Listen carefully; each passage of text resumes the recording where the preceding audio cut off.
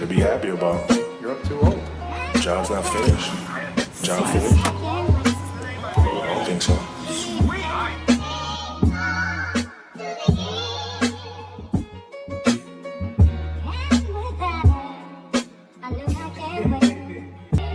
Now the motion man goes to the left. Over the middle. Wow. Tipped up and caught. What an athletic play there by number 84, Clayton Stallone. Yeah, that was it. And with her, I know I can win.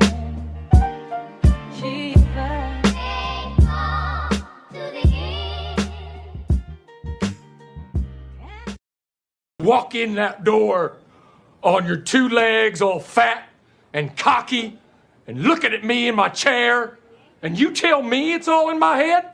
I hope that both of you have sons, handsome, beautiful, articulate sons who are talented and star athletes, and they have their legs taken away. I mean, I pray you know that pain and that hurt. Don't you put that evil on me, Ricky Bobby. Don't you put that on us. You are not paralyzed. I am so paralyzed. No. Rough on him now. No, he needs to know. Okay. He's always crying. Tough love it is. Tough love. Wake up, idiot. You want to know what I am? You want to see what my life is? Don't do it. You want to see what's going on here? Don't you stick that knife in your leg.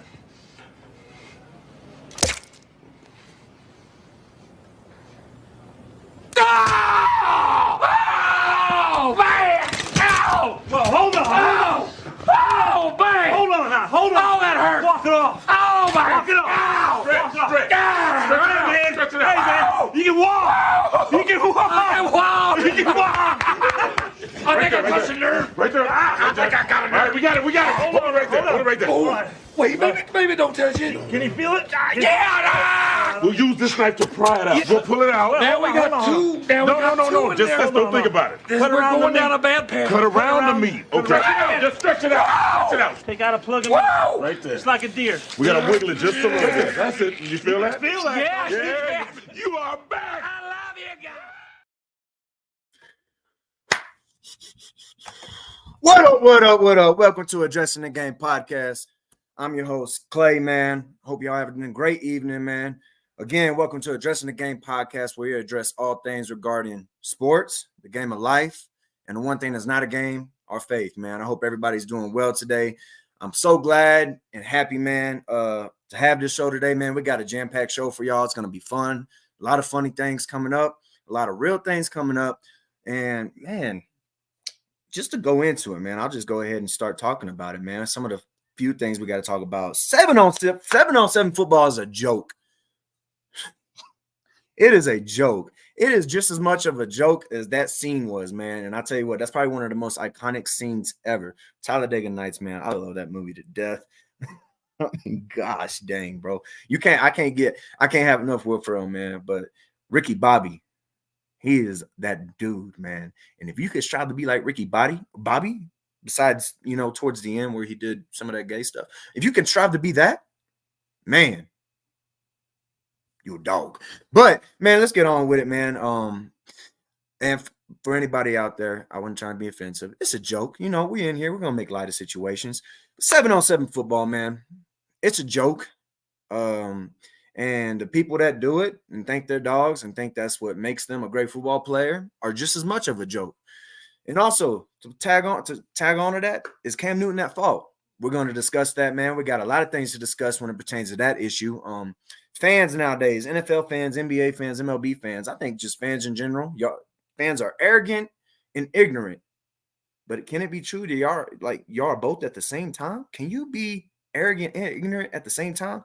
We're going to discuss it, man, because there's a lot of arrogance and a lot of ignorance out there when it pertains to this football world, man. And then, what QB are you taking? 1 minute to go, man. We're going to talk about it. We're going to see, man, what are our top QBs? Who are we going to take in that 1 minute to go scenario in this generation's talent? Not 2010, not the 2000s, 90s. We're talking about now. The Pat Mahomes, the CJ Strouds, the Jalen Hurts, all those guys, man. We're going to touch on them. Pause. But, yeah, here we go. Halftime show, man. We're going to talk about, Joe Blow. He has fallen and taken the country with him. And then we're going to play a little game, cap or no cap. And then social media. It is the key to success in the business world. but it is simultaneously the downfall of our world at the same time. It's crazy. And the NFL draft will be our last thing we're going to touch on, man. We're going to be discussing some of the things that pertain to Justin Fields and the Justin Jeffersons. If they end up, which I think JJ, I don't think he will get traded. But Justin Fields looks like he will. But they could both get traded, or it could both not. Both of it may not happen. But from reports, man, it looks like at least one of them are definitely going to be getting traded, man. We're going to be discussing that as well. Hey, man, like, comment, subscribe, share the show. Send this out to anybody you think might be interested in the show. But besides that, man, let's go ahead and get started. I hope everybody's having a blessed day. And, man, it's going to be a jam-packed show like I've already mentioned. I'm excited to introduce my other host, my dog, the man, the myth, the legend himself. When I say this dude right here means a lot to me, I mean it. He means a lot to me. And I think he's probably one of the most, I'll let the video discuss it. He's a dog. Put in work. We need to put in work to be better than we were.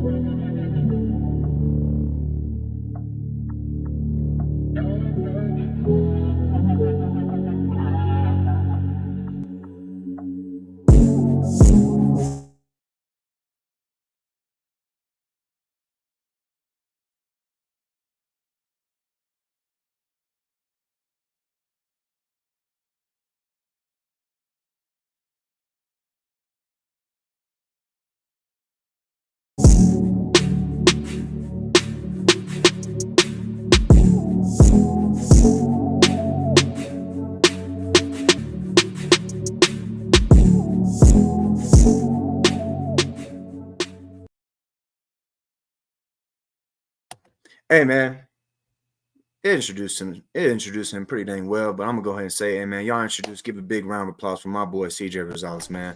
Welcome, my baby. Oh,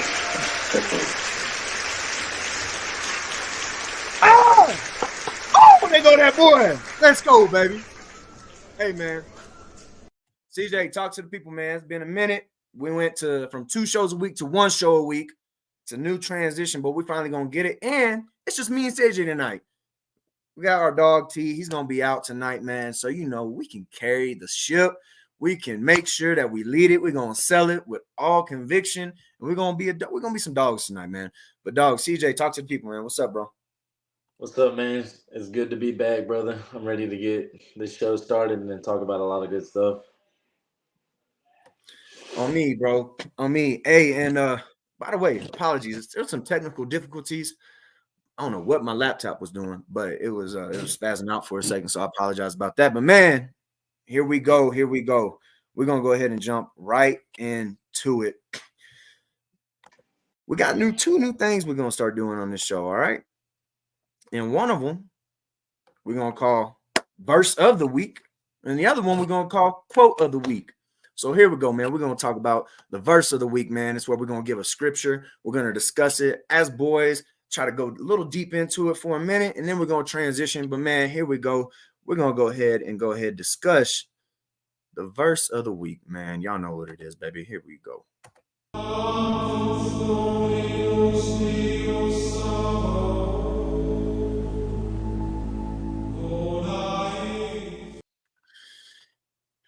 Man, Verse of the Week in Luke chapter 8, verse 15. Blessed are they who have kept the word with a generous heart and yield a harvest through perseverance. Man, so for those who don't understand what that means, perseverance, keeping a generous heart, even though you are going through tough times. That's a tough thing, man. It's a tough world we live in. It's a cold world we live in, especially in America. It's not the same America our parents or our grandparents grew up in. It's a lot more expensive to live in. You have to work a lot more harder to even make things go by. And it even sucks because people are even softer nowadays. So it makes it even harder to try to get a job or keep a job because people stay in their feelings all the time.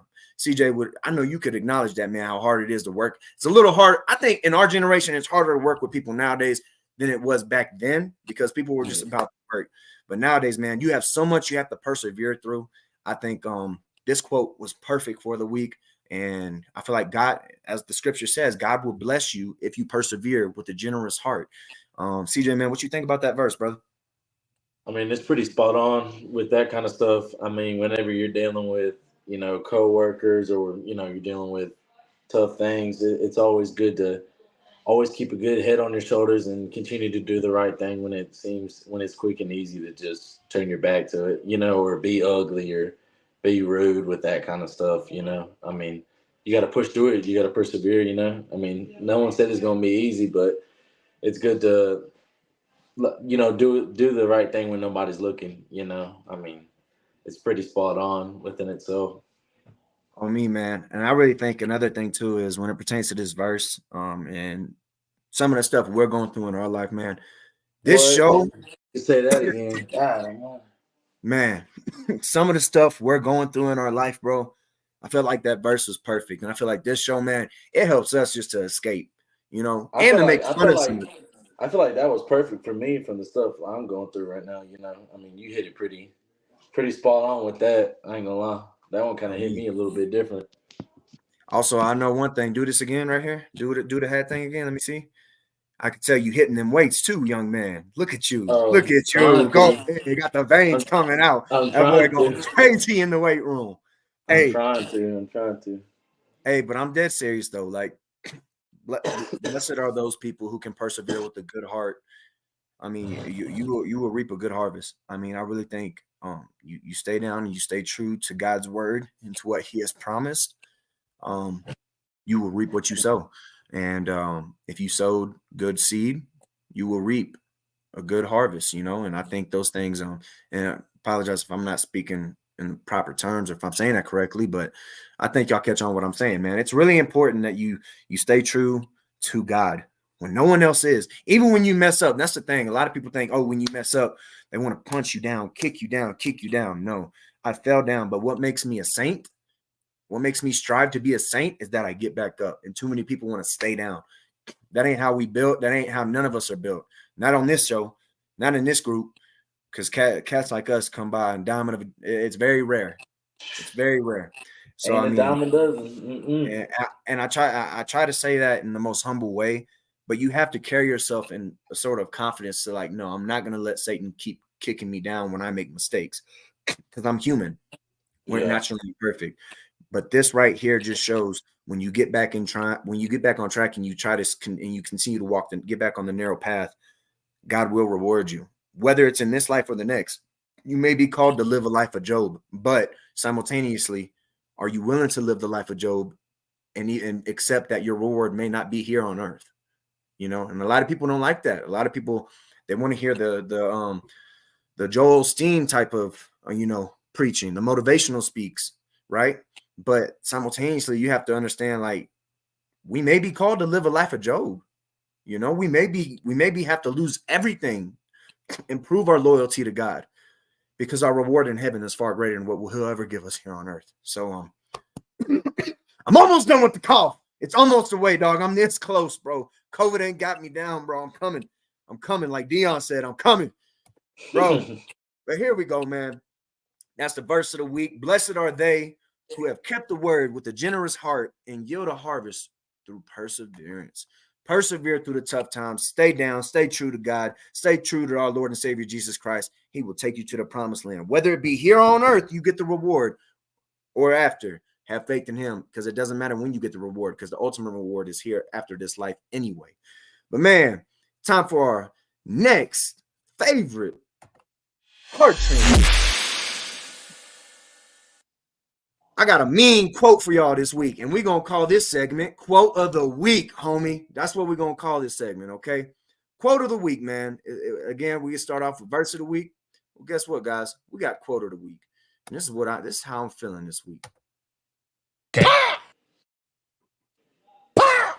Why does he keep doing that? Okay. Man, Quote of the Week, bro. Here we go. Your hunger for the future should make you obsessed with the present. I'll say that one more time. Your hunger for the future should make you obsessed with the present. You should not be obsessed with the future. You should be obsessed with the present, because your hunger to be great in the future is what drives you. CJ, man, how you feeling about that quote, doggy? What you feeling on it? I ain't gonna lie, man. You kind of turned me up. I'm ready to run through a brick wall right now. On me. On me, I'm ready to man. go hit them weights right now, man. Tell me about it, brother. Tell me about it. Hey, there's too many cats nowadays that are so focused. And when I say too many cats, I'm one of those cats. I get so focused on the future sometimes that I forget the here and now, and that affects me. Yeah, I Go mean, ahead.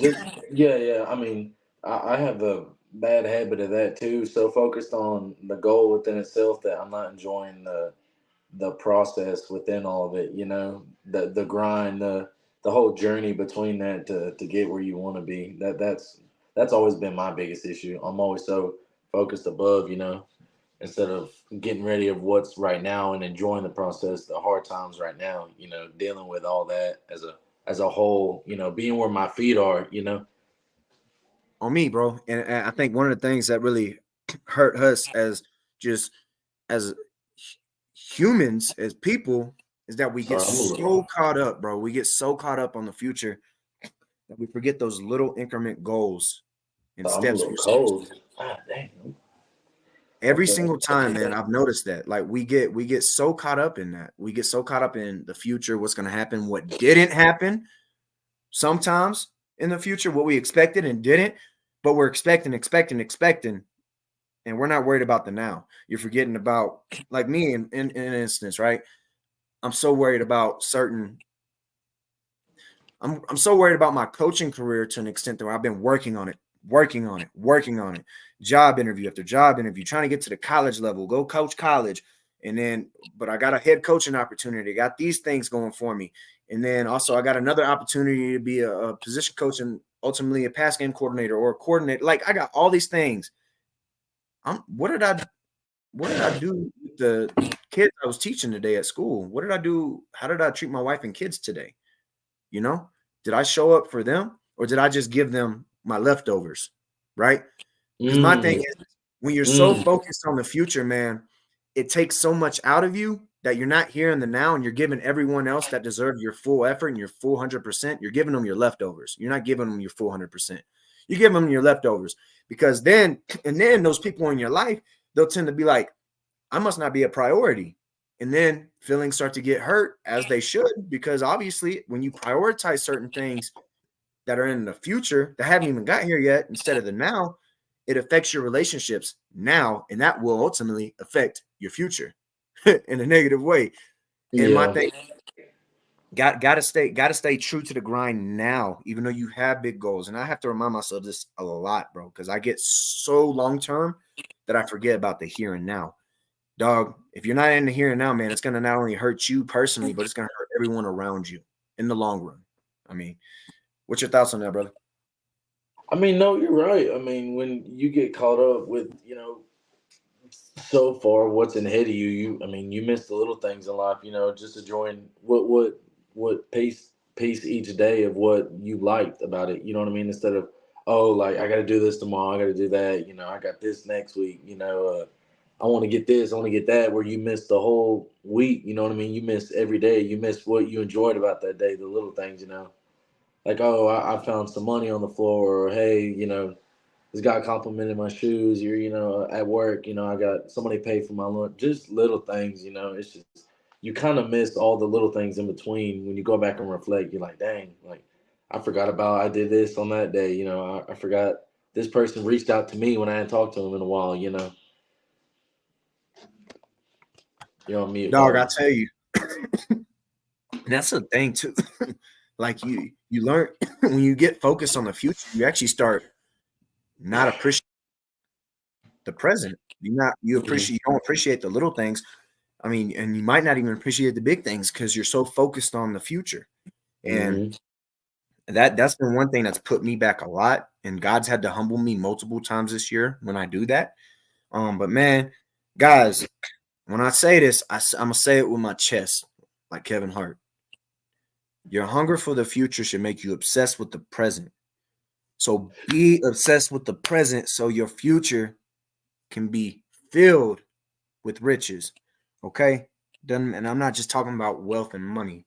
I'm talking about stuff way deeper than that. But man, y'all know what it is. It's time to get deep into the show now.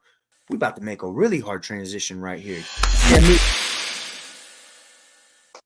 Cam, dog. The disrespect has got to stop, bro. The disrespect has got to stop. This is an NFL MVP. He's been to a Super Bowl. He's a Heisman Trophy winner in college. He was the #1 overall draft pick in the NFL. And cats just feel so comfortable disrespecting this man. Even cats in the media who never played a lick of football in their life think they can talk about football.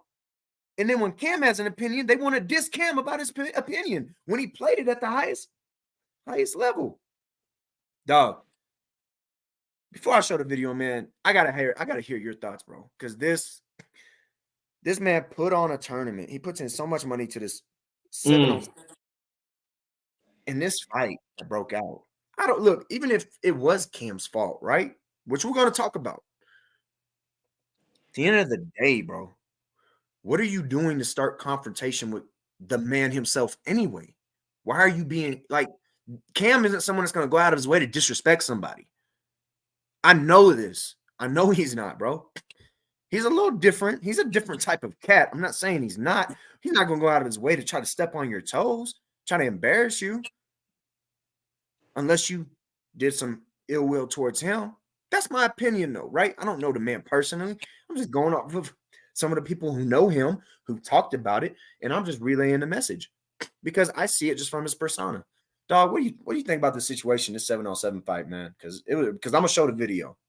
Yes, I mean that's so hard because it's like it's Cam Newton. So like, I mean, the accolades and everything that comes with it. I mean, he's pretty much on that. I mean, he's got that. So you got to put some respect on his name.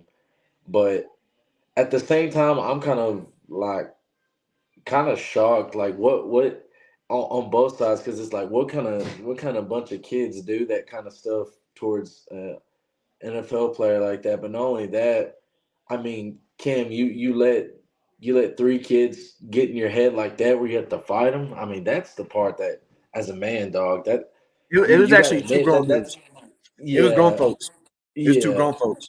I mean, you have to think about it though. They look like kids. They look like kids against Cam. Yeah, I mean, but still though, it's like like you're already at a high standard. Eyes are gonna be on you like crazy, and so like to me, for him to, it's kind of damned if you do, damned if you don't, because he's defending himself at the same time. It's like, come on, Cam. Like, you know what I mean? You shouldn't let those people phase you like that, No, I totally agree. But I would actually stand by your comment because they were kids. Yeah. They were grown folks, but no, they were kids, bro. Yeah, what are you they doing? kids, bro. They kids, like, bro. This man's putting on for you. Yeah. In Atlanta. Now, that is extremely disrespectful for him to do that and then them to act like that. Like that's not even cool by any means at all. Dog, and again, bro, it's like you can lead a horse to water, but you can't make him drink. You can try to do good for your community, as he did. He's in Atlanta. He's in the hood. He's trying to help cats out, bro. He's trying to put on for the community. But this ain't just an abnormal thing. This happens everywhere across 7-on-7, dog. Well, this happens everywhere. Everywhere. 7-on-7 I'm gonna show the video. Yeah, show the video. I'm gonna show the video, dog, because dude, I cringe, bro, because this ain't the only place this happens at, though. You know what I mean? It happens everywhere, man. People get into it all the time, man. And it's only 7-on-7. Like, I heard a great quote. My thing is dog, it ain't got nothing. And I hear some cats saying, "Oh, it had to do with the skin color." Like, bro, it ain't got nothing to do with skin color. I don't believe it ain't got nothing to do with that. It has everything to do, in my opinion, it has everything to do with culture. It has everything to do with your culture. Cam's trying to help out a group of kids, but their culture, their pride, their ego, some of the cats he's trying to help, it rubbed them the wrong way, whatever the case may be, and the culture came out. Because look, man, I'll be honest with you, and as triggering as it may sound, oh man, he's a white dude saying this. Look, at the end of the day, it's true. Because I promise you right now, this ain't happening at some other camps. I'm not gonna mention the names. But 7-on-7, it incentivizes cats to act dumb. It really does. And it's culture at these 7-on-7 camps. It ain't got nothing to do with skin color. It's culture. That's all it is. And when you have someone trying to do good for the community, there's always someone there to push back on it because they don't want it that way. Their pride, their ego gets in the way because of the culture that they're already been raised up in to believe the way things should be and how they carry themselves. Culture is what happened in this camp. Culture is the thing that actually made Cam Newton's contribution to this whole ordeal, the millions of dollars he put into it, putting cats on, giving them a platform. Culture is the thing that's basically ruining any opportunity. Some of the cats that have goodwill most of the cats that have goodwill come to these camps. Most of the cats come to these camps, they want to do good, but it's the few cats that come from those backgrounds, especially when you get deep into the Section 8 projects, and they bring that culture with them to these camps, who ain't got no, either they ain't got no parenting, or they don't have any respect for authority. And then as soon as and in this case, it happened to be the coaches themselves, and it just trickles down to the kids because they're poisoning the kids with their culture. And this culture at 7-on-7, dog, is toxic. When you want to talk about toxic, I know that word gets thrown a lot. No, it's really toxic. It's toxic, man. It ain't nobody getting better at these camps. And the reason I say that is, I'll show the video, but I'm gonna show the fight video first with Cam, just so y'all can see kind of what it was like, man. But man, at the end of the day, it's culture. Culture is the thing that's destroying what Cam Newton is trying to build. He's trying to bring these cats something good into these inner cities. And the coaches themselves, the culture that they bring is ruining it. Their pride and egos get in the way. Maybe Cam's pride and ego got in the way too. I'm not saying it didn't. But I'm going to tell you right now, if a man's putting millions of dollars on the line, and he's putting cats on, and he's giving them a platform to succeed, to be great, to get their name out there, put your pride and ego away. Be respectful to the man. He's trying to put on for you, because this right here is ridiculous, bro.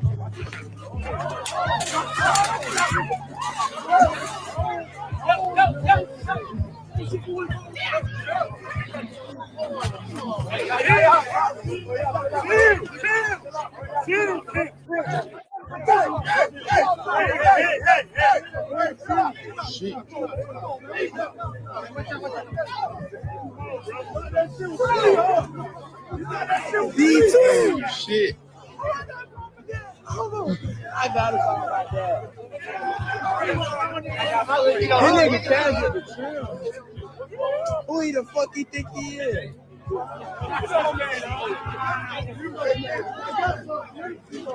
got something for you. See what That's sad though, bro. Regardless, and I ain't gonna lie, they look like little kids compared to Cam though, because Cam was dragging them boys. Cam wasn't throwing haymakers. He was trying to get them off. Yeah, and he's slinging them cats. So first off, physically, you're dumb. The coaches that try to do it, you're dumb. Like, that's ridiculous, bro. Why are we trying to charge a man, dog? I mean, no one really knows why that really escalated. I mean, only Cam and those people know what really happened, truthfully, because we still don't even really know the truth behind that. True. I mean, I'm talking out of my butt because Cam ain't even came out and really said what happened. Honestly, no. I'm talking out of my butt because mainly I'm really just giving Cam the benefit of the doubt. Because my thing is, you're not going to put this much money on just to try to crap on these people, these coaches. No, in my opinion, I think Cam was trying to do something right, and someone, pride, ego got in the way, aka culture, got in the way in these cats' minds, and they think, oh no, Cam, he ain't about to little boy me for whatever reason. Cam, I don't know. We all know Cam's got a personality too. The way he does, he likes to talk, and everybody knows that. Cam likes to know he's in the room or wherever he's at. The focus is on him. That is true. But I've never seen Cam just straight out disrespect somebody either, unless he has been disrespected. But Cam has a track record of fighting teammates, and you know that. He has a bad track record like that. Yeah, exactly. Because Cam know he big. He be bullying people out there. I think personally though, Cam, I think he's really grown up since then. Like the new Cam that we see. Like, it's not that I don't think he's grown up. I think it's just it wouldn't surprise you. Who he is. He's like a Des Bryant. That's just his mentality, man. That's just who he is as a person. And I think maybe they couldn't have handled. Maybe he had some words for them, and they didn't like that. Yeah, And met and I some think cats that had something to say about it. They weren't scared that he was Cam neither. Which is, I respect him on that. Yeah. If that's the case, I respect him on it. But my thing is, it just doesn't make any sense for someone to put this much money into it to try to help the Because community. at the end of the day, all the eyes are gonna be on them because that's just wrong. You don't bite the hand that feeds you. And No, not I at can't all. be a hypocrite and say that because but yeah.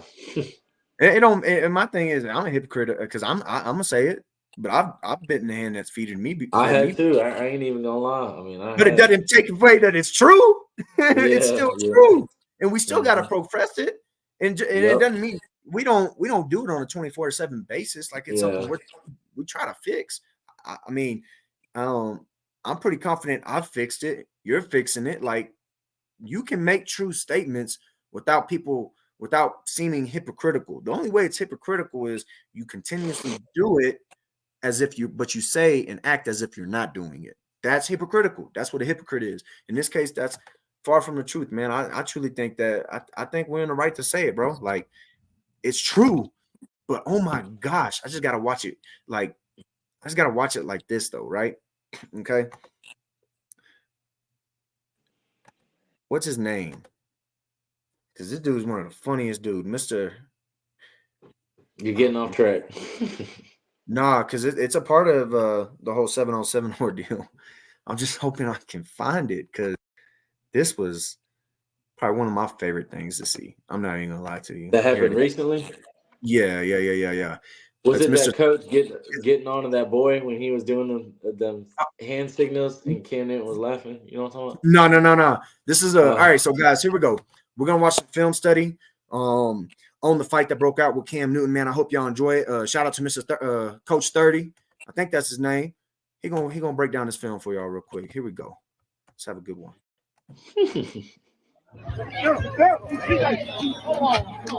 It's not a good look for the company, right? All right, we supposed to be somebody, and y'all out there getting carried like a youth league basketball. Peters, all right, I done told you've been slacking for way too long. All right, and you finally got hemmed up. Take a look at your feet, son. Got the same problem as the Carolina Panthers. Instability. All right, here come Davis with the Pearl Harbor sneak attack. Oh my God, Cam Newton's face is wide open like Ben Simmons at the three-point line. This should be a piece of cake. I'll probably just knock him out. Finally be successful at something in my life. Pew, pew. Damn, never mind. I only got 2 hits like Cisco. And just like one of them hits, the job is incomplete. I barely took off 1 health point. All right, now take a look at Larissa. She ain't come here for all this. She gets out faster than a snitch. Speaking of snitch, take a look at Miss Kathy. She points the cops in the right direction and heads off. She got to get to Trader Joe's before they close. All right, back to the action. All right, take a look at Davis getting thrown around like a racial slur at an NRA convention. Oh my God, it's Cam Newton. I watched him use the Freddie Gibbs offense to carry the Auburn Tigers to the national championship, and now he's carrying me. It's all come full circle, like a circle jerk, but we can't beat him. He's like Donald Trump. All right, now once again, take a look at your feet, Peters. All right, you ain't stood on 10 your whole life or in this fight one time. Y'all look like the Z Fighters before Goku pull up. And that's all right, because there's going to be some changes, all right, with this company. Some of y'all ain't going to be with us much longer. All right, now I got to call the customer. Let them know that we failed. Man, I don't want to hear nothing you got to say. I already saw the video. Man, putting my deposit back in my account by tomorrow. That's supposed to be pro jumpers. You want something done right, you got to do it yourself. Hey man, shout out to Coach 30, man. that dude broke it down like no other, dog. Coach 30, man. What you saying about that film breakdown, man? That was deeper than some of my college film breakdowns I had back in the day. Oh shit. I think there's a bunch of clowns. Say that again. You were muted. My fault. I just think they're acting like clowns and doing stupid crap, honestly. That's ridiculous, man. That's embarrassing. It is embarrassing, bro. That's some, but I don't care what they say. That's some ghetto retarded crap, dude. Honestly. He said, you ain't stand 10 toes down your whole life, just like this fight. You ain't even stand 10 toes down in this whole fight. He didn't even throw punch. He got in the headlock and everything else. Man, I'm not gonna lie though, that was a hell of a film breakdown. But we're gonna hit a slight transition because this has something to do with what we're talking about. 7 on 7. I got a lot of opinions about 7-on-7, but ultimately, you just asked me. I think it's soft. I think it sucks.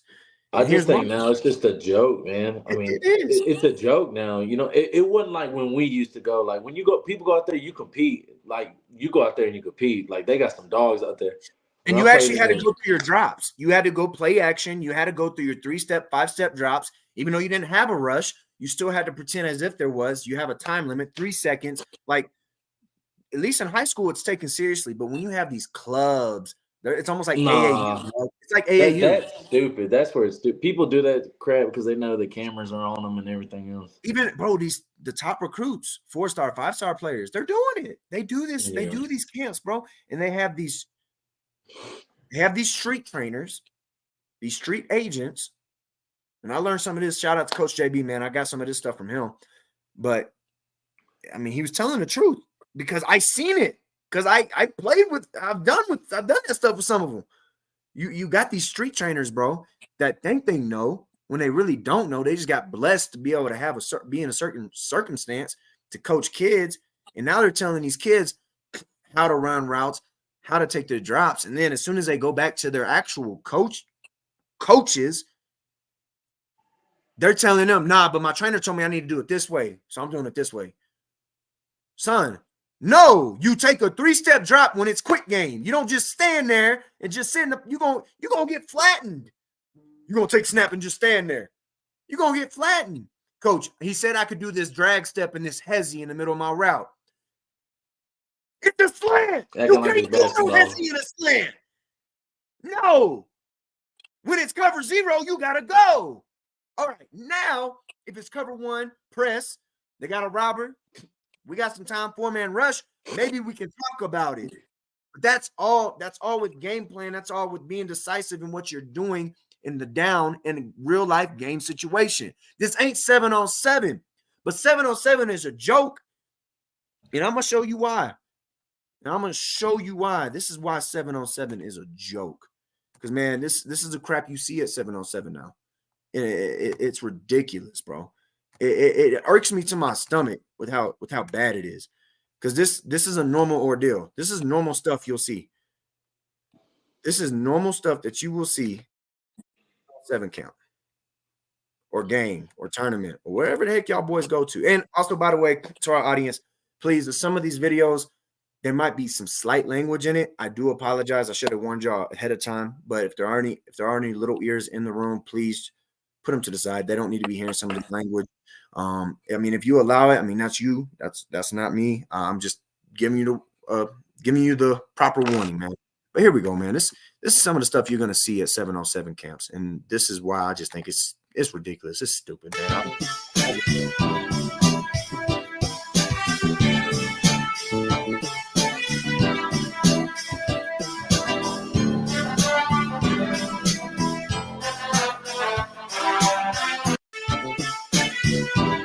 All right, so we're gonna mute it.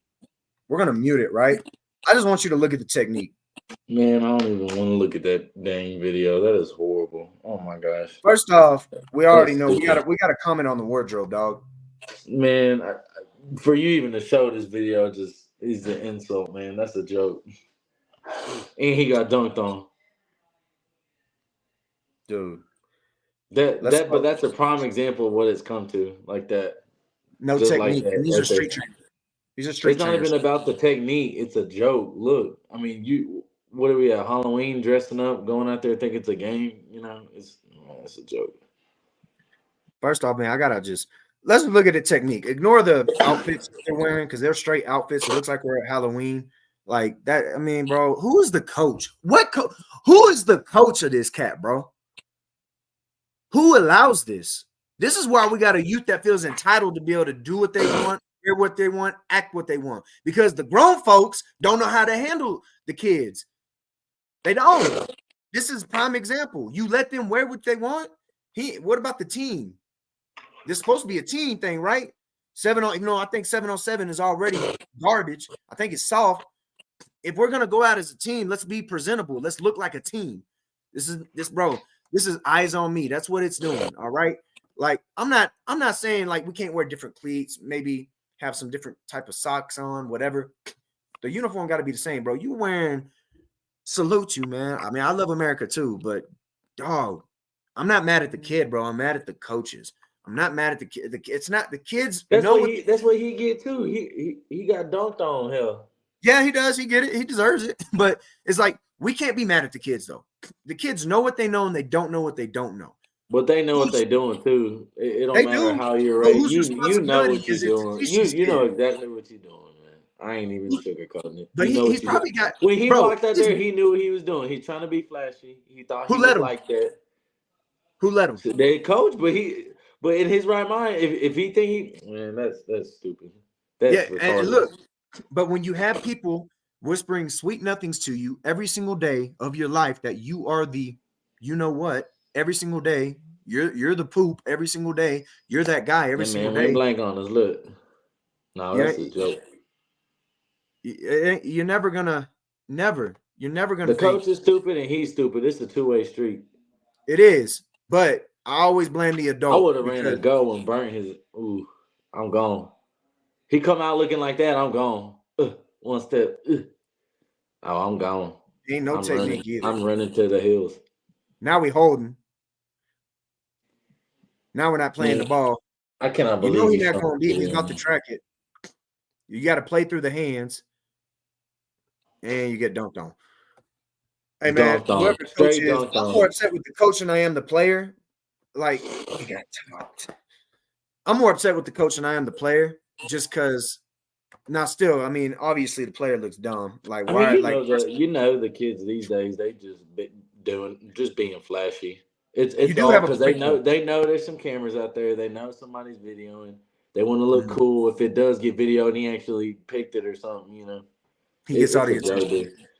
I would say this though, you do have a point because there you get to a certain age to where you know what drops and you learn right from wrong. Yeah, you know. So why do you think everyone nowadays be wearing shades and stuff out? You know what I mean? Like, because before that, I've never seen anybody in 707 ever wear shades. Nobody. All the 4 years I was in high school, nobody wore shades. I guess spelled that right. Huh? Clout. It's clout. Yeah. That's all it is. I think it's a 30-40% on the kid, 60-70% on the coach. Because at the end of the day, you either coach it or you allow it. Well, in high school, when we played, the coaches, as far as I know, the coaches ain't supposed to coach it, right? I mean, when I was in high school, coaches ain't coach it. It'd just be us out there. Well, no. When you have coaches, regardless where you're at, you either coach it or you allow it. Your kids should be able to present you in a way, even when you're not in the building. I know, regardless, when I was in high school, there was a way Grady Rowe wanted us to get set and how to act. And I knew, even when I'm not around him, he's still around. I'm going to represent my coaches and my community to the best of my ability. Now, I'm not saying this kid ain't represent. He might be a great kid, bro. He might be an awesome down-to-earth kid, make good grades in the classroom. I'm not saying that. I'm just saying just the look of it and also the technique. Obviously, it's a clown show. I mean, just the whole optics of it. The coach looks far worse than this kid does. The coach is allowing this. Whoever this 7-on-7 coach is, that's the problem. They're not even real coaches. They're not. They either played in the league or in college and think they know, but they don't. And they allow these kids to get away with anything and everything. They don't teach them no technique. They don't teach them no fundamentals, no details, because the 7-on-7 ain't about that. It's about who can run a crazy route, catch the ball, who can throw the furthest, most prettiest dime, and get topped on. Pause. I mean, you just said all of it right there, wrapped it up just like that. Hey, but you know what time it is, bro. Time for a nice, pretty hard transition. Man, here we go. Enough of that. I'm going to transition to this one subject, and it's going to be kind of controversial, okay? I think we may agree, we may not agree. I don't know. Only time will tell. But ultimately, at the end of the day, who would you rather have at QB in the last minute of a game-winning drive? I'll share right here. These are our options. All right. Now, you gotta be careful. You gotta go. Who's taking you to the promised land, brother? Which one of these QBs are doing it for you? Out of those, Who's doing it? All right, so I'll give you the options right now. I'll get us out of the screen. We got Josh Allen, Lamar Jackson, Joe Burrow, Justin Herbert, CJ Stroud. My boy. Who's taking us to the promised land, bro? Joe Shiesty. I'm going Joe Shiesty. Ooh, Josh Allen be throwing picks like crazy. Lamar Jackson, he can't throw a deep ball. Joe Shiesty goes out there and do his thing. Justin Herbert's on that level too, I feel, and CJ Stroud. He slept on a little. I ain't gonna lie. Josh Allen, he actually does really good in the last minutes of games, bro. And he's brought his team back. But that man's known for throwing picks too, though. I ain't gonna lie. His picks are up there. He's good. I mean, yeah, he's cold, though. Don't get me wrong. He's cold, no doubt. But me, you ask me, I'm telling you, I'm going Joe Shiesty. Hey, dog, I can't argue with it. Like, he's a dog, bro. Like, I trust. Hey, I'm going. I don't want to do it. I wanted to go Lamar just because late game, his legs and his arm could kill you. Honestly, though, if you're being realistic, he ain't proved it though. Like his potential, definitely the potential's there. But on Madden, though, I'm definitely getting Lamar though. I ain't gonna lie. Yeah. Hey, we doubling up with Lamar because he goes crazy on Madden, bro. Oh, and when college football come out, when we get you could go back in generations, I'm gonna get Lamar when he's at Louisville. I'm going Johnny Manziel. Yes, no, I'm going Johnny, dog. We can't do that. Johnny football, bro. Hey, that's the one thing me and you agree on. We both love Manziel, bro. Hey, what?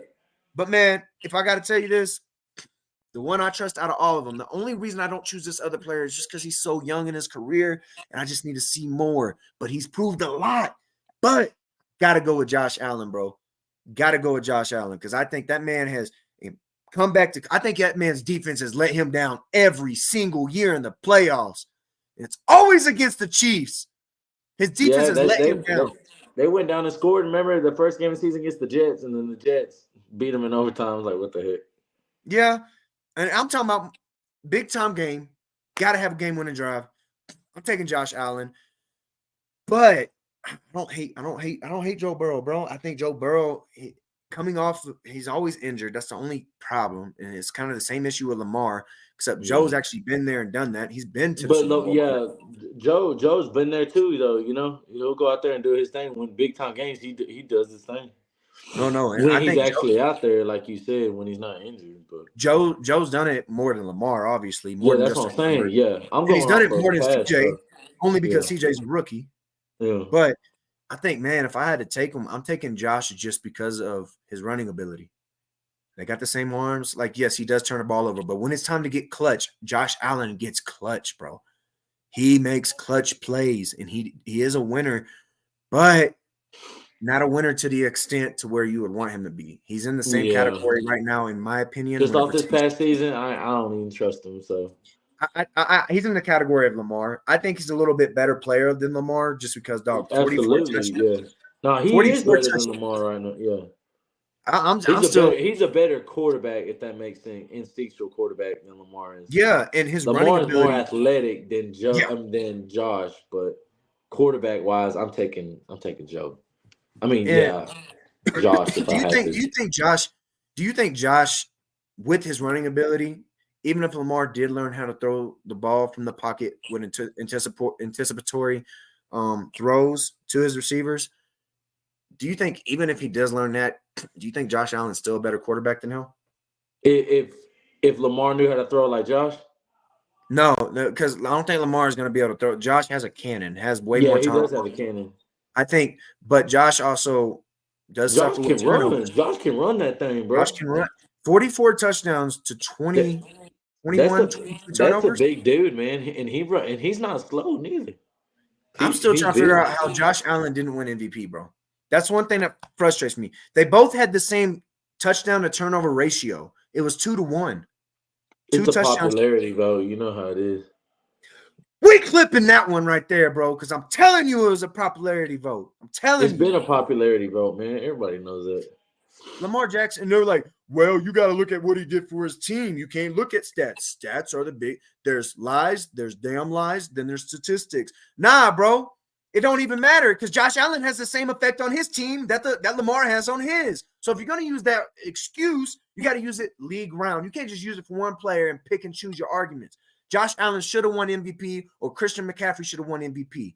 Lamar Jackson was 3rd or 4th on my ballot list. And look, at the end of the day, me saying that he was a top 5 player, you're a hater. He's a top 5 player, bro.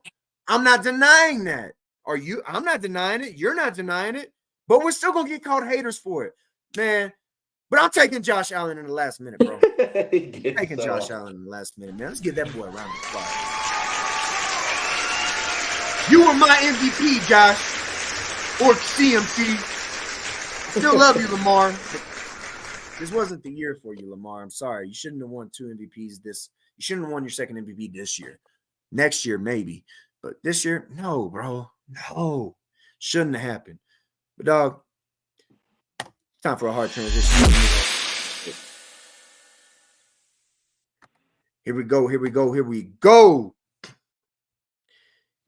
Y'all know what time it is. Or do you? If you don't, and you're new to the show, let the games begin. It's the halftime show, man. We're about to get into it. We're going to take a break from sports, take a break from football. We're going to get into some funny stuff here for the next 5 to 10 minutes. I got some cool things to show y'all. Chris, you think you ready for a moment to show you? You kill me. I don't think you're ready. I'm always ready. Let's see if you're ready.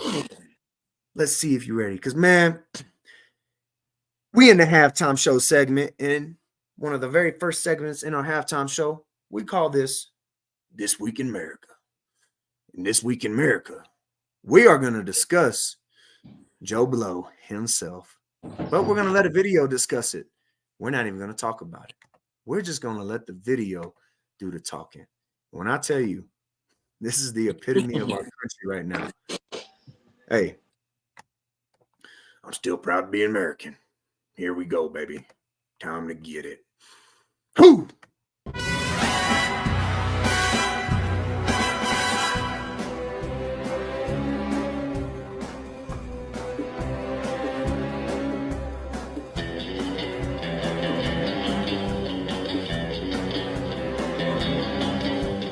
What are we doing?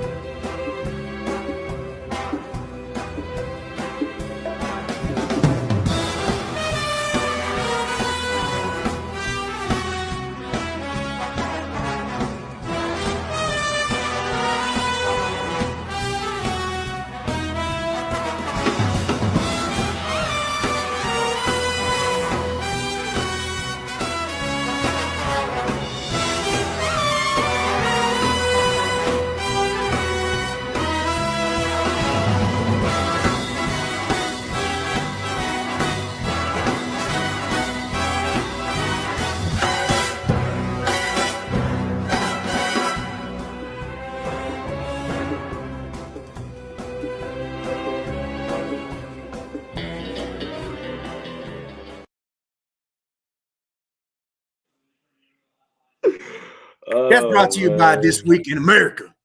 That man. This Week in America. Man, I ain't gonna lie. Our country is going down, and Joe Blow is taking us with him right now. We are going. Hey, man, but God bless Joe Biden. I still pray for him. I hope he gets his stuff together and gets back on the narrow path, because he's been off of it for a very long time, very long while. But, man, to go out of our This Week in America subject matter, here's your outro. For a special caring touch, visiting angels care so much. Visiting angels, America's choice in home care. There we go. Give Joe Biden a big round of applause, ladies and gentlemen.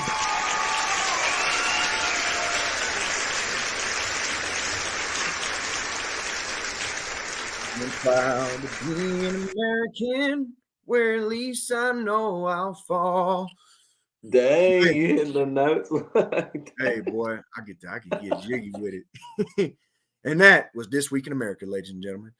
Off to our second segment of the halftime show. It's time for a hard transition. you know. Let the games begin. Cap or no cap, baby? We got a good segment coming for y'all, man. And one of the very first things I want to discuss, cap or no cap, for the people who may be watching. Cap means lie. Lie. Lie means L-I-E. You're lying, they're lying, we are lying. We're going to say cap for that sentence. If they're telling the truth, we'll say no cap, which in essence means no lie. For anybody who may be a little older, might be comprehending stuff a little bit, their cognitive might be a little slow. I'm just trying to help you out, okay? We might have a few Joe Bidens watching the episode. We love you. We care about you. We want to help you out. But you got to know what we're talking about. Segment, cap or no cap? Caleb Williams will be the face of whichever franchise he plays for, or will he be a bust? CJ, the floor is yours, my boy. What do you think? Oh God, I didn't realize I was that close. Dang, you didn't zoom me in like that. I think it's Cap. Honestly, I think that Caleb Williams is going to be a bust. I think he just I get he's a star, but he just draws too much attention. I mean, I've already been reading some of the stuff on there where he's just like, I don't know. I mean, I know I should have wrote it down, but he's just. I honestly think he's just going to be a bust, dude. I truthfully believe that. And we may be going back here in a few months later down the line at the end of this year, and I'll be like, I told you so. Caleb Williams will be the face of franchise. I do believe he may be when he first, because obviously he's going to go first round somewhere. Yes, so he's obviously going to be the face right then, but do I think he'll succeed? No, I don't think he will. I don't think he is either, because I don't think you can lead a group of 52 men when you got painted fingernails. How you gonna lead a group of men? How you gonna leave a group of men when you paint your fingernails? I'm sorry, that's a weird vibe to me. I just lose respect for a guy who does that off rip. Like if I'm in the locker room, if I'm in that locker room with him at USC, right? Let's pretend Panhandle State, okay? If he's in that Panhandle State locker room, right? Which obviously he's ultra talented. He obviously deserves to be at USC. He's a great talent. Mm-hmm. I'm denying that. But do I think he's a leader when it matters? I mean, obviously, did we check out the record from last year? I don't think he is. I don't think he is, man. And one of my true concerns is I think he has a little too much femininity in him and a little too much softness in him. Or I should say not softness. He gives me kind of a feminine vibe, but also he gives me kind of a I don't think I can lead men type of vibe because I'm slightly immature. Just my take on it. Like, I don't think you can lead a group of men. If you can't lead, you can't win ball games, especially when the ball games matter deep and late in the game. So obviously, man, I'm gonna say that's major cap. I'm not even gonna address it. Cap, he's not gonna be a franchise. He will be a bust. And I think he'll be a bust. Question number 2, man. Does it make you an expert on coaching because you watch the game or play the video game? Like Madden, for example. Does it make you an expert on how to coach if you know how to play a video game? No. Cap. Cap or no cap? That's major cap. That you already know that's major cap. Man, before I because even you play Madden don't mean you know how to coach. I'm just gonna come out and say it. Say it one more time for the people in the background. Let me hear you. Because you play Madden, you don't mean you know how to coach. Oh my gosh, dude, it is ridiculous how many cats think they know. I'm gonna play a video for y'all, man, and I'll let you be the judge because you play Madden at a high level, right? You watch football all the time at a high level, right? I want you to break this down for me, okay? Break this down. I'm going to remove that. We're going to stop that. We're going to share what I'm talking about. Because, dude, this is ridiculousness at its finest. And no, Rob is not doing the show. It's me. If you don't catch that joke, I don't know. You're not an OG. Everybody knows that show. Michael Phoenix breaking down film will make you feel dumb. Well, let's see if it does. For cats who coach, for cats who played at a high level, cats who played college even. I think you'll know what he's talking about. So, here we go. Down any things that they did put me on the board. And I spoke about one of my plays. They asked about a cover 6 beater. I basically just drew up a high low to one side, and on the back side I had like an over route with a curl, which is a post curl.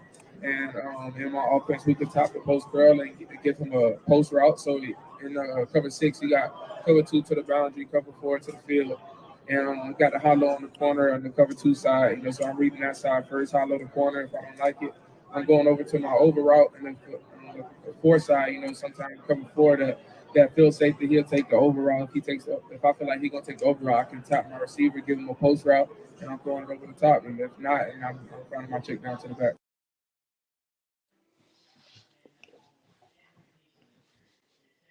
Mute. Oh no. He said it, bro. Now, how many? I want a genuine question, man. This is a genuine question for some of these cats out here, okay? How many people, bro, can tell me what the boundary in the field is? You play Madden, right? You're an expert. You watch football. You watch highlights, bro. You know this. What's the boundary? Hang on, let's wait. What's the field? What's cover 4 to the field? What does that mean?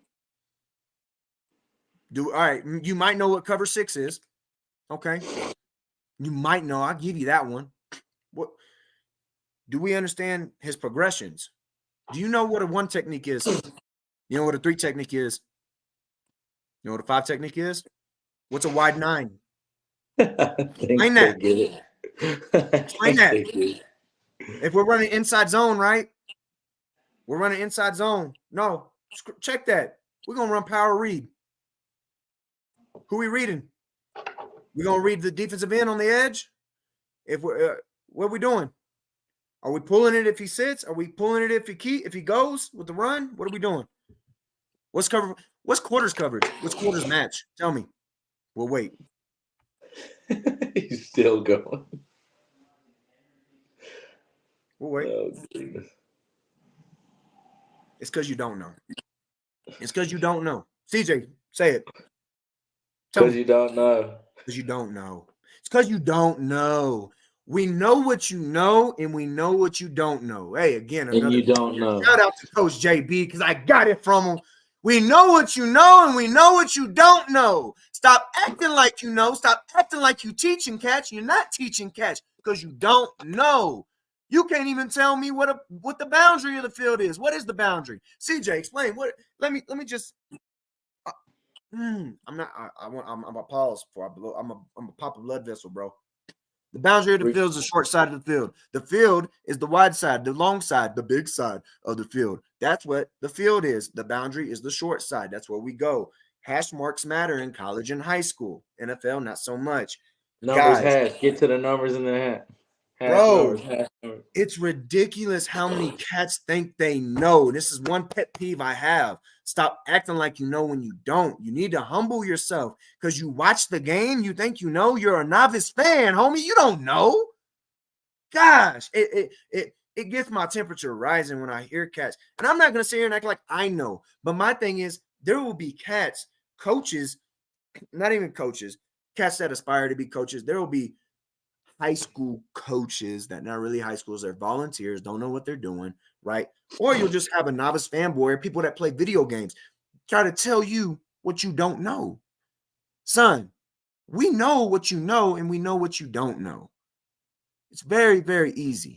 Okay? So just humble yourself. I can't stand talking to these fans, man, talking to some of the cats that think they know because they're so arrogant. You're speaking to a brick wall because they got so much pride and ego. They know it all. They trying to teach you. Homie, Madden doesn't make you a great coach. Watching football highlights doesn't make you a great coach. Watching videos doesn't make you a great coach. You know what makes you a great coach? Going and actually coaching and learning, breaking down film. Do you know how to break down film? I don't think these cats do know how to break down film. But, man, I'm not going to harp on that too much. All I'm going to say is Does it make you an expert on coaching because you watch the game or play a video game? Cap. No, it doesn't make you an expert. That's a slow. I'm going to take a soft transition. Soft transition. The Justin Field trade was the best decision the Bears could have made. And if you didn't hear about it, it's pretty much already solidified. Justin Fields is going to the Atlanta Falcons. I don't really know how I feel about this, man, but man, I'm going to just show y'all what I'm looking at right now. It kind of breaks my heart, man, for Chicago Bear fans. But per sources, Chicago Bears quarterback Justin Fields is going to be traded to the Atlanta Falcons ahead of the 2024 NFL Draft. Sources confirmed that the deal is done and that Fields is excited for an opportunity to be a part of a talented offense for the first time. CJ, what are your thoughts on that, my man? What are your thoughts on that? I think he's a good quarterback. I just don't think people give him enough credit. I think that'll be a good fit for him, honestly, though. He's still got some juice in the tank, and he's going to show He's still a kid, bro. Yeah, he's young. He's still young, and he still put up some stats. They talk about Lamar. This man can run, too. He had over – and I think he has a better arm than Lamar. Yeah, he does. I think personally, he's more accurate than Lamar. Yeah. I just think he has been so horribly coached, and he's such in a bad system. Now, that's not to take away from it's that too, but it's just an organization that just hadn't been good in years, you know.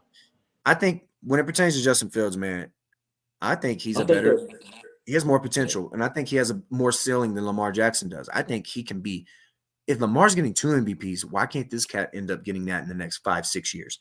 Why can't he get as far as that trade? I think that's gonna be good for him now. You know, I do too. He got some running back help. He's got some receivers. He's gonna be all right.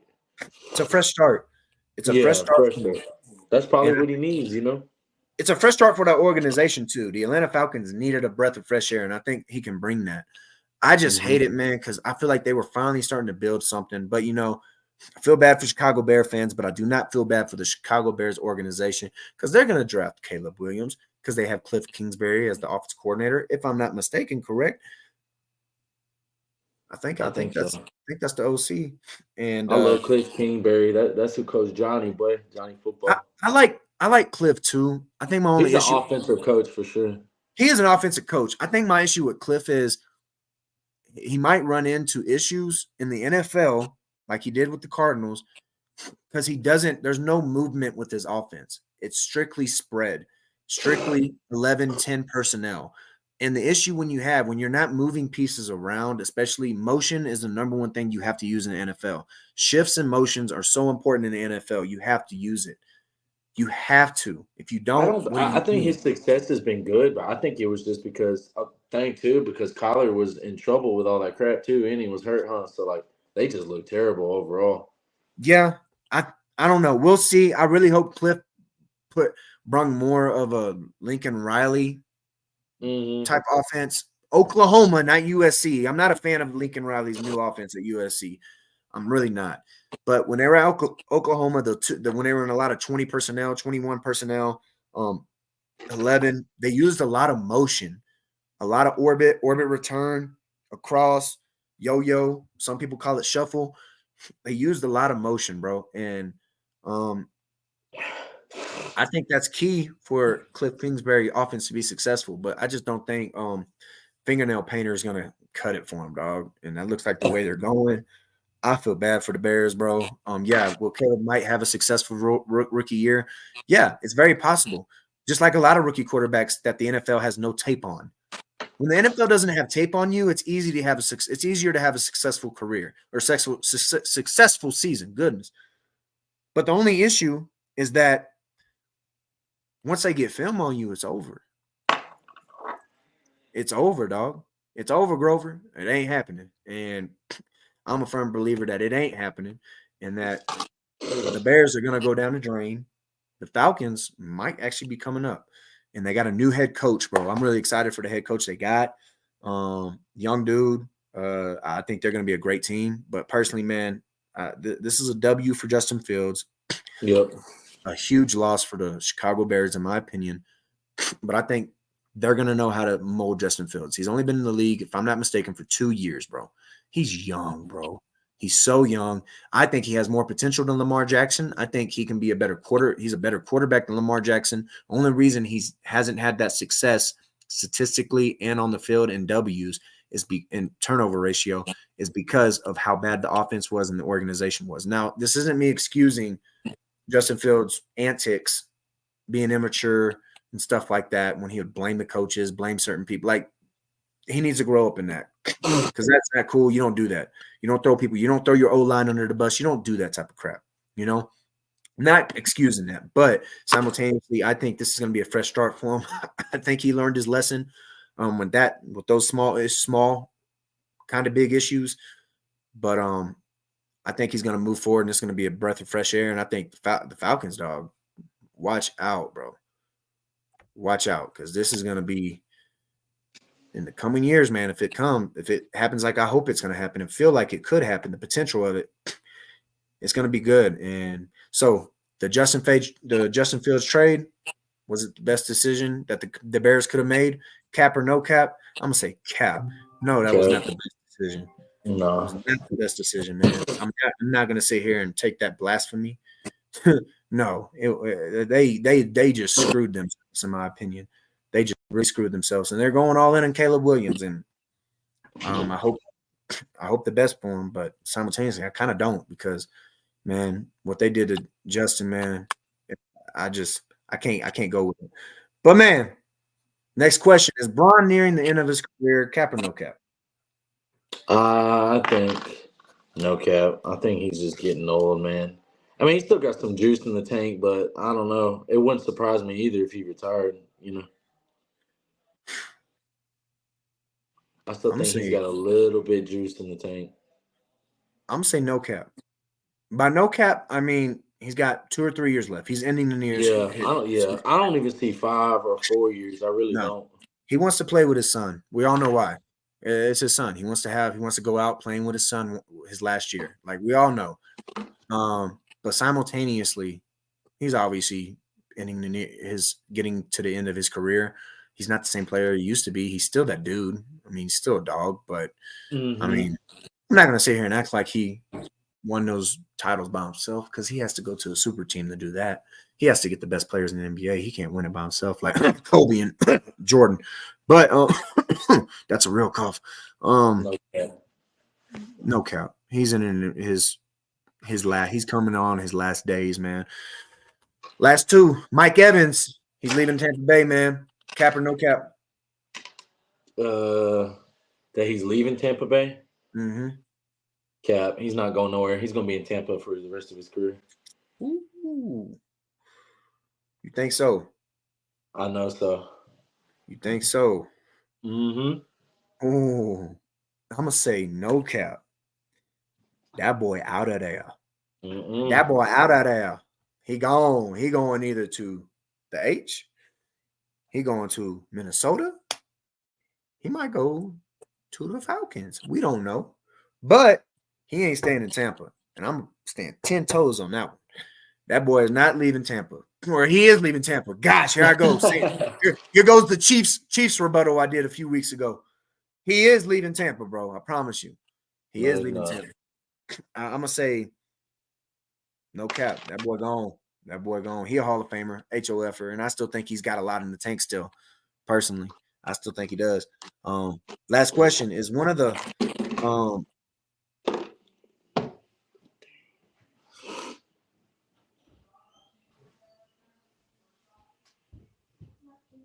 never mind. We're gonna move on. I ain't reading that last question. We're not gonna read that last question, man. But y'all know what it is.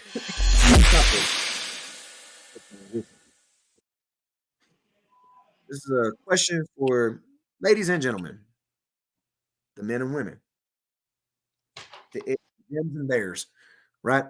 I'm just playing. Social media is a tool for success, right? In today's digital era, social media has transformed the way business services reach their target audience. With such a large audience, man, with billions of people actively using various social media platforms, these pages and channels have become powerful tools for engaging with customers, promoting pages. Personal pages are great if that's all you use them for. But as far as longevity, if you have a business, it is huge for your success. Building brand awareness, one of the most primary advantages of social media, is its ability to amplify brand visibility.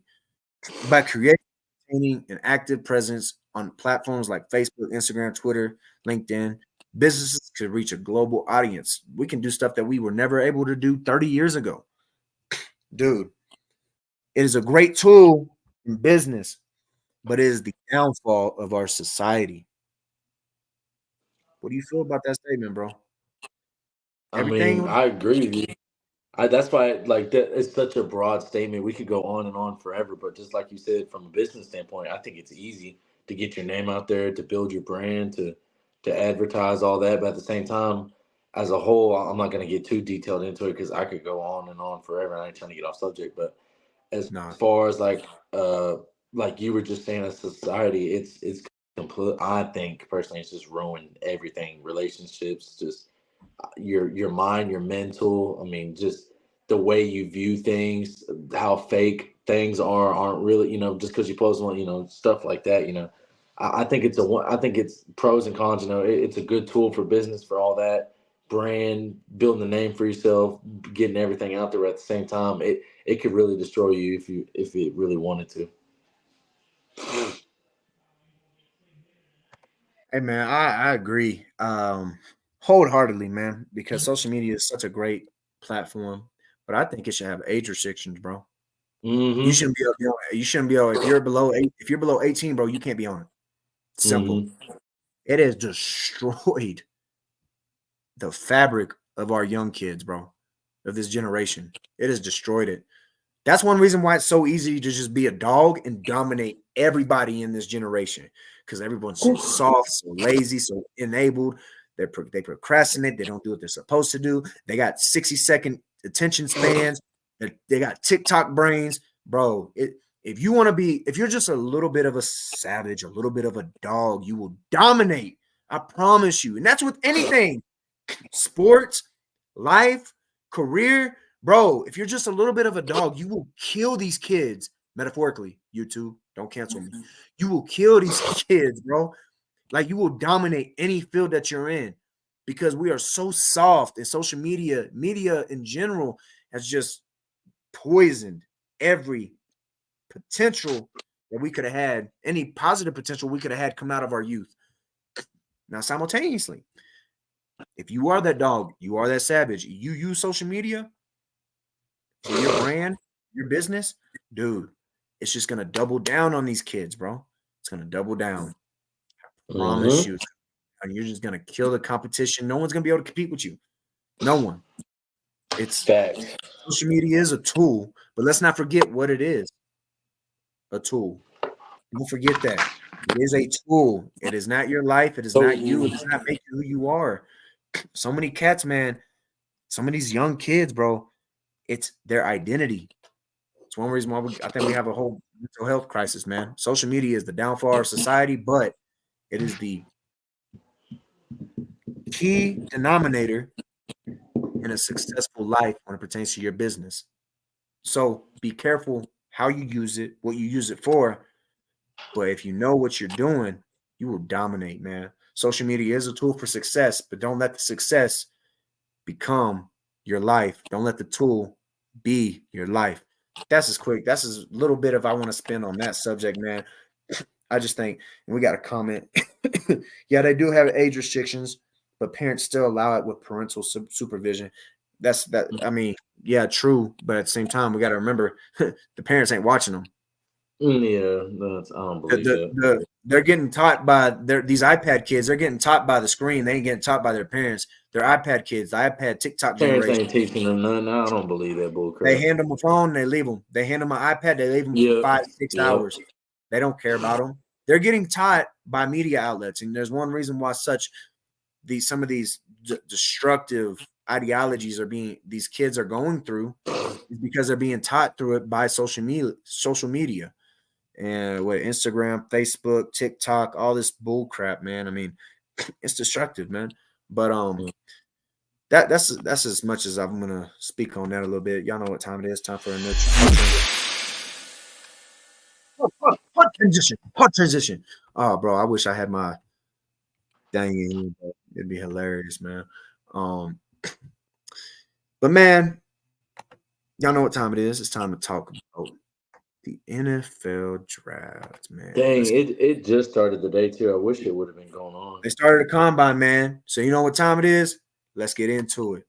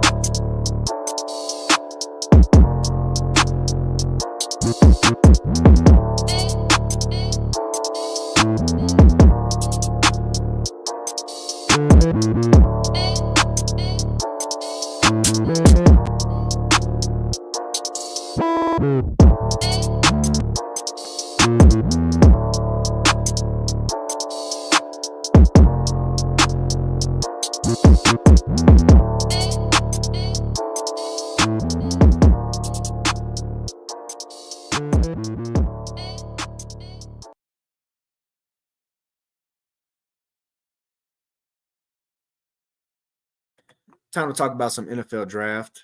Y'all know what time it is. Let's go. So, I think the NFL Combine started this week, right, CJ?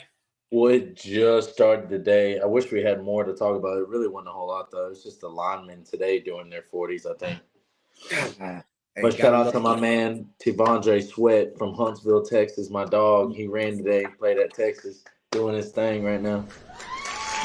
That boy round of applause, baby. Huntsville, Texas, dog. Huntsville, Texas. Crazy.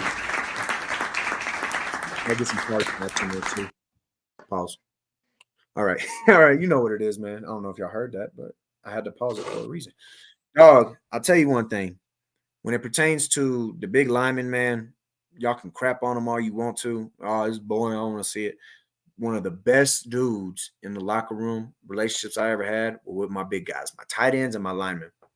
By far, some of the coolest, have your back through the end type dudes. I love linemen. Linemen are the most down-to-earth team guys that you could ever have. I wish every player had a lineman's mindset because, man, if you had a lineman mindset, you have a state mentality mindset. You going to state, you going to a natty, you going to the bowl, you going. If you have a lineman's mindset, dog, I'm telling you right now. Them boys be in the trenches. You have to be selfless, bro. You have to be selfless. And you got to be selfless. Ooh. So shout out to the lineman, man, at the Combine. We're going to touch more on the Combine next week. I got a hard edit for y'all next week. It's going to be nice, and we're going to be having some great discussion about it. And we're going to have the Three Musketeers back in the crib. We're going to have me, T, and CJ all back in it. We're going to have the whole crew back, man, next week. Join us next week. Hey, man, before I go any further, make sure to hit that like, subscribe, comment, do those things, man. We need it. We love it. We appreciate it. Hey, on the count of 3, I need you to hit that like button. Ready? 1, 2, 3, like. Let's go. Let's go. Please like for us, man. It helps the algorithm, man. It helps us get our stuff out there. Hey, please, man. If y'all want more quality content, just hit that like button. Thanks. If you want me, if you need to help my man out, we're trying to get him out the hood. Please. Help my man out. We're trying to get him out the hood. Get him his own spot. We're trying to go be great. Hey, hit that like button, man. We would really appreciate it. But we're gonna move on, man. With the NFL draft, some of the rumors, man, and some of the things that are going on, it's gonna kind of tie into it. The Minnesota Vikings, they're trading Justin Jefferson, or are they gonna sign this man to a contract? But if they trade him, what do? You get rid of Kirk Cousins and you get rid of your franchise quarterback and your number one receiver, top receiver in the league. What are we doing, Vikings? What are the Vikings doing in the draft, man? What do you think they should be able to – what are some things that they need to do to be able to hit on this draft and to be successful, dog? Because if they get rid of JJ, man, I don't know. I ain't gonna lie. They either need to get JJ some help or get another quarterback. I ain't gonna lie. Either they're gonna have to get they're gonna have to get an offensive player, either another quarterback, somebody that could get ready, who's young, who could train with JJ, or get him some help, man. I mean, or a running Kirk's a back. dog. Huh? Kirk's a dog. Kirk, I'm not gonna get into it. Kirk's nothing crazy either. He's No, you can't feel like that, dog. And him and Dak had the same stats in the postseason. No. He's average at best. Yes, they are. Nah, Kirk's a dog. He just got No, he's not. No, he is not. I'll take Kirk over Dak. Of course you would, because you're biased. You're gonna say Kirk that. actually performs. Even though they lose, he still performs. No, he doesn't. Dude. I'm not gonna get into this with you right now. The stats don't lie. I'm gonna look him up tonight and I'm gonna show you. Kirk's a dog and Dak is trash. Dallas is at can't say that word on here. But you know what it is, man. Hey, if you keep Kirk, I say sign him 2 years. I do agree. I wouldn't even sign him 2 years. I would sign him 2 years.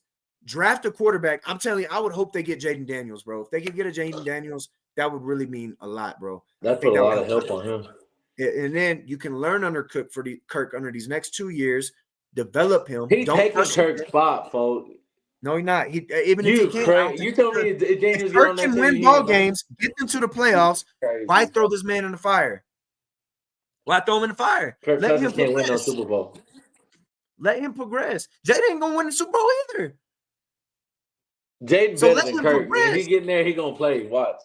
Mark my words. If he goes, if some miraculous miracle he go to the Vikings, he gonna play. I promise you that. Listen, I'm not saying he won't play. He should not start. And here's the reason why I say that. If Jaden, with any rookie quarterback, if you have a quarterback that can win and get you to the playoffs, that can do the same thing that a rookie quarterback could get you, you might as well start that quarterback, develop that other quarterback that you're trying to progress, that you're trying to mold into that, become your franchise quarterback. So that way you take a lot of pressure off of him. Number one, example, Justin Fields, prime example. He didn't get to develop. There's a lot of players that didn't get to develop. Not everybody's a Stroud, Robert RG3 in their rookie year. Not everybody's a Patrick Mahomes when they come out their first year. Patrick Mahomes had to sit and develop behind Alex Smith at least one season. And you saw how fruitful and good that was for him. Patrick Mahomes wouldn't even admit that. Jordan Love behind Aaron Rodgers. Aaron Rodgers behind Brett Favre. Aaron Rodgers sat, I think, 4 or 5 years before he got to start. Like, dude, these are just big, glaring starters in the league that I'm mentioning.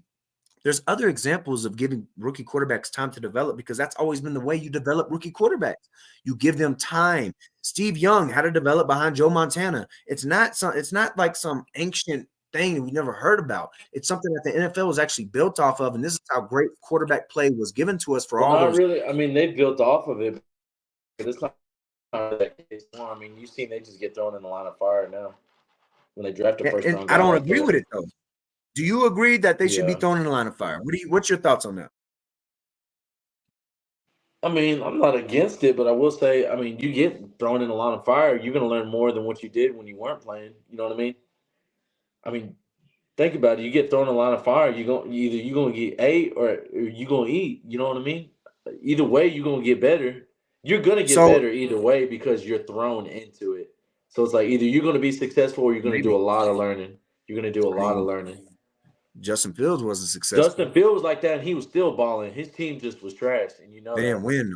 I don't think he should have got thrown in the fire because he still got put under scrutiny that was unneeded because he's still a baby. But look, his dad still proved he was a dog, and people know he's a dog. But simultaneously, he is one of many people. The NFL from 2010s below has always ran off of sit him until our franchise quarterback is no longer our franchise guy and we can move him to be our franchise guy.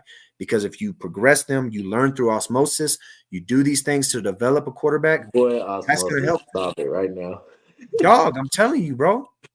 Like, seriously, when you watch and see and you get to that time to develop and you learn, that's so critical in an NFL quarterback's career because if you throw them in the fire 9 times out of 10, they're not going to produce right away, and then the media is going to eat them alive. Justin Fields, they're not eating him alive. That's a blessing. That's a blessing. Most of the time, it's not like that. Nowadays, you throw the quarterback in the fire, and if he doesn't produce, get rid of him. We're drafting another one. Look at the Bears. 2 years, they're already drafting another quarterback to start for him as a rookie. It doesn't work like that, bro. Not everybody can be an A-Rod, a Jordan Love, a Brett Favre, or not everybody can come in the league like a CJ Stroud. Sometimes you got to be like Pat Of Mahomes, course, Aaron you throw that Rodgers, some name of in these there. other guys. I'm telling Of you, course, though, you you know throw it's true. CJ Stroud. Yeah. You have to, though, because he was one of the guys that actually performed his rookie year. Yeah, It's very no, he rare you did. see that. He did it. Most cats perform like Bryce Young. Troy Aikman had a horrible. Peyton Manning. But They like had horrible years. the thing about Bryce Young is his team's horrible, but at the same time, you got to admit, I mean, he probably wouldn't have it any other way. I mean, he's probably learned so much from this 1 year that he'll probably learn throughout his career. You know, if he can get through the tough times now where he has that team, imagine when he has good players on his team, how much better he's going to be. We can use. There's always. How would I say this? There's always exceptions to every rule. He's an exception to the rule. But the rule remains: you need to sit your quarterback in a good Well, order. that ain't a rule. That's just things that people have done. But now it's changed so much too. It's just like now you see people that when they draft a rookie, he's pretty much gonna start. Just because things change don't make it right, though. Just because everybody's going off the bridge don't mean it's right to jump off. But that's just your opinion, though. I mean, it's not a rule that has to happen. I'm just telling you when I say the rule, there's always exceptions to every rule. I'm not necessarily saying it's a rule, but I'm saying the rule of thumb, the general thinking when it pertains around the NFL, at least when it pertains to NFL coaches and NFL GMs, they do not want to draft a rookie quarterback to throw him in the fire right away. You want him to develop at least half a year. Primarily, you would like to get him at least a year or two under his belt, just developing before you throw him in that line of fire. Jordan Love is a perfect prime example. Patrick Mahomes is a perfect prime example. Aaron Rodgers, prime example. You know, like these are guys that it is rare. If there are certain cats, you do have your Peyton Mannings, you do have your Troy Aikmans, your CJ Strouds, even your RG3s. Like these are guys because RG3 had a tremendous rookie year. I just don't think he was used properly because he was used very all of them. Andrew Luck, when he got drafted, Andrew Luck. Tim Tebow, he was a rookie. He started when he went in there. But it's very rare, is what I'm saying. It started becoming more prevalent because when everyone it's coming more prevalent. When did RG3? He came in 2012, right? When RG3 and Russell Wilson came, right? When they came in the league, that's when the NFL started shifting as, we want it now. Like, if he doesn't work for us this year or next year, we're getting another quarterback and drafting. That don't work, man. You got to have years. Like, not every most situations you need to develop. It all goes back into it all goes back to what you said too about the organizations and stuff like that. So I mean, it could go either way. I mean, it's like that same situation talking about that. Like CJ Stroud, he's a rookie. He came in, he balled. Well, so was Bryce Young, but his team is trash. So it's like, I mean, it could go either way. Organizationally, if I was the Panthers, right? I'm the GM, I'm the head coach, whatever. He needs some help, man. I'm doing whatever I can to make sure Bryce Young doesn't step on that field this year. I'm trying to get a veteran quarterback in there to at least until he's ready, or if the veteran quarterback can win games for us for a year or two, until I feel, okay, we just have to make the change. Like, obviously, if you have an Andrew Luck or an RG3 rookie year or a CJ Stroud or Patrick Mahomes coming in his second year, pretend it was his rookie year, right? Just for sake of argument.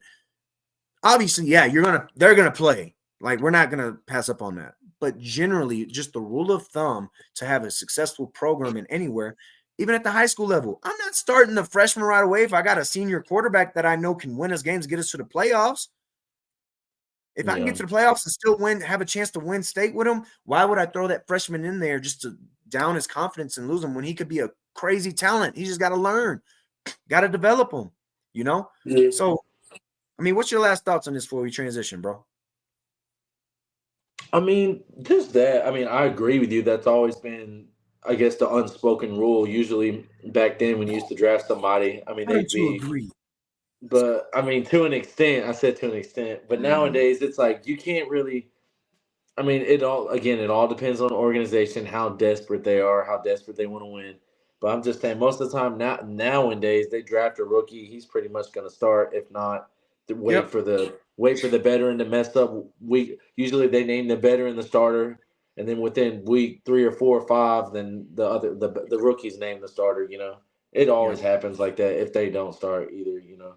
But you're telling the truth. You're not saying a lie. Like, that's what the NFL has come to. But that's one reason why I think the NFL product is so bad nowadays too. because you're throwing all these young guys in, expecting them to play like 5-6 year veterans. Well, you know what I mean? that's really how you know if they're a bust or not. Honestly, I mean, not really. You can't, because I mean, if that was the case, we would say Peyton Manning and Troy Aikman were busts. Peyton Manning, I think, had 30 interceptions his rookie year, dog. Nah, because they started Josh Rosen. Look, he was a first round draft pick. He was supposed to be one of the greatest. That mother fricker was a bust straight off the rip. Josh Rosen, everybody remembers him. There's a bunch more rookies that I don't obviously have on the top of my list, but were first round picks, and they were thrown in the line of fire. Even then, when they went to different teams and still had good teams, they were just trash. Because it's not good for them, though. You shouldn't throw. I know, but that's how you know if you're gonna. I mean, how else do you expect you to know if you're the man or not? If you get thrown in there, good or bad team or not, and you still suck, then what you gonna say then? Oh, it's my team. Well, what if you're on a good team? What about Troy Aikman? Troy Aikman went 1-15. They've all been good. No, Troy Aikman went 1-15 his rookie year. Peyton Manning had 30 plus interceptions his rookie year. We would have just by that line of thinking. My conversation. By that line of thinking, he's a bust.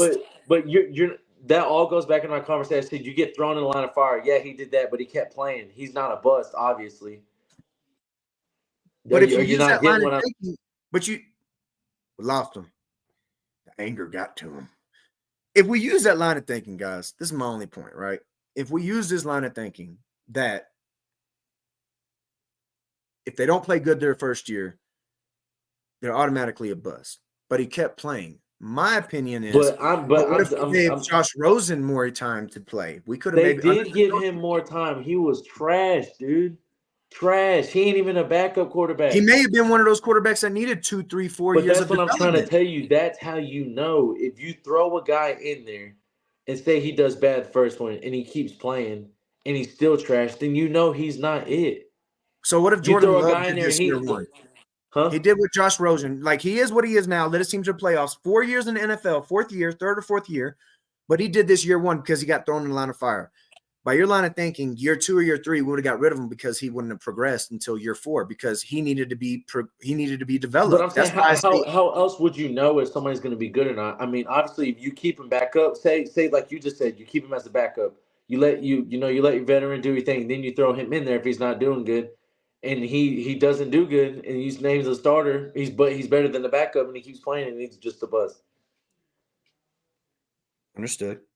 For everybody that's watching, I just want to say, my sake of argument is, if you don't think he's ready, or if you feel he may need development, don't throw him in the line of fire. If you feel he's ready and this is the time now, and he performs, you see the potential, even if he doesn't perform by turning the ball over, but you still see it like a Justin Fields,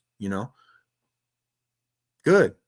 But if you're throwing a cat in the line of fire year one just because you drafted him high and you think he's going to be good, even though you know he's not ready, which most of the NFL does do, and I don't agree with, and I feel like you wouldn't agree with it either, but maybe you do. I don't know.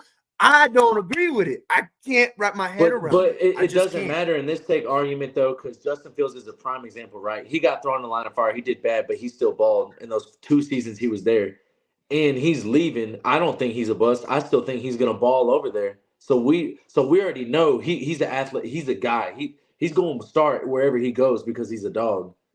And he got thrown in the prime example. He got thrown in the line of fire with with a crap organization. And now look, he got traded and he's gonna go ball over there too. I don't think we can use exceptions to the rule as if they are the rule. But there is no rule. That's not trying to tell you there is no because rule. There is. No, it's not. NFL, at least for successful organizations, they develop a quarterback behind a veteran. Either it's a year or 2, 3 years. But I'm saying it doesn't have to be that because look, I mean, there's people that have been thrown in like Cam when he went to Carolina, like CJ Stroud. He's a rookie. He did his thing. It all goes back to that too. They get thrown in it and they still balled. And even then, some of them have good organizations. Some of them didn't either. But I'm saying either way, you're going to find out if he's that guy or not. And if these are extraordinary talented players. These are extraordinary talented players that we're talking about, right? They are the exception to the rule because now everyone thinks that they're going to have a Cam Newton, a CJ Stroud, and RG3, and Andrew Luck. Because they found out. They're going to be a dog. They're going to be an athlete. That's not it. I my! wish So we you could so stay more so time so on you this don't think subject, so you man. don't think CJ Stroud's gonna be good now? So you No.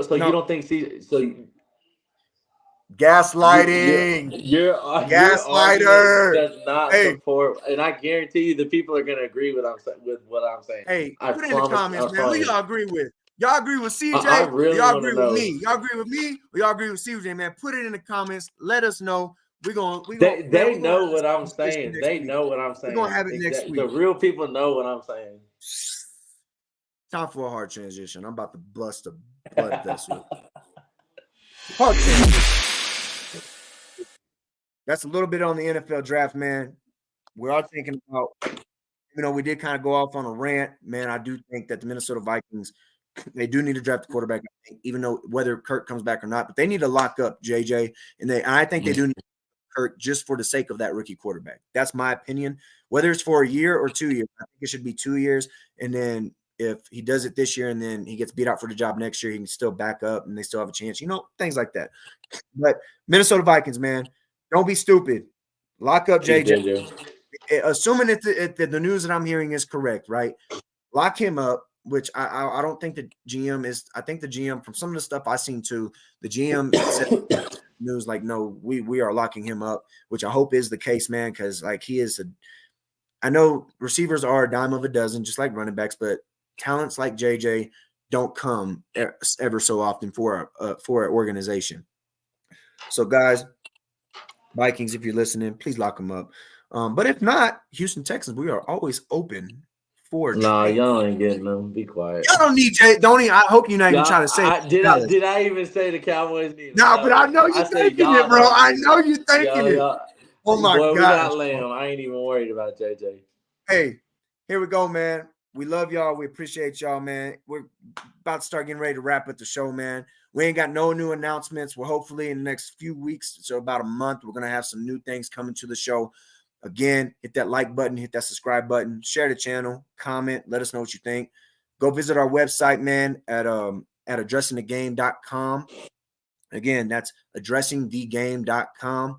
Go check us out, man. Go leave us any type of nibbids, tips, anything you'd like to see in the show, things of that sort, man. Just let us know how you're feeling. If there's things that you want to talk about, let us know. Again, audience, if you're feeling some type of way, you can hit us in the comments or you can go to our website. Go check our website out.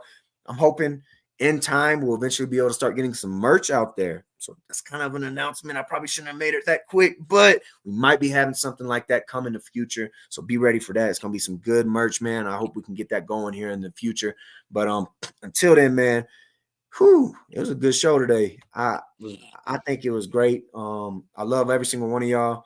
CJ, before we hit it with a closing prayer, man, you got any last words for the folks?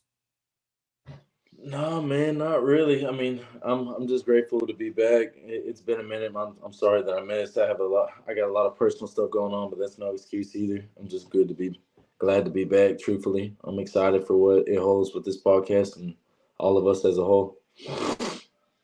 On me, brother. Hey, well, before we head out, man, y'all know what time it is. If you've been joining the shows, it's time for that closing prayer, man.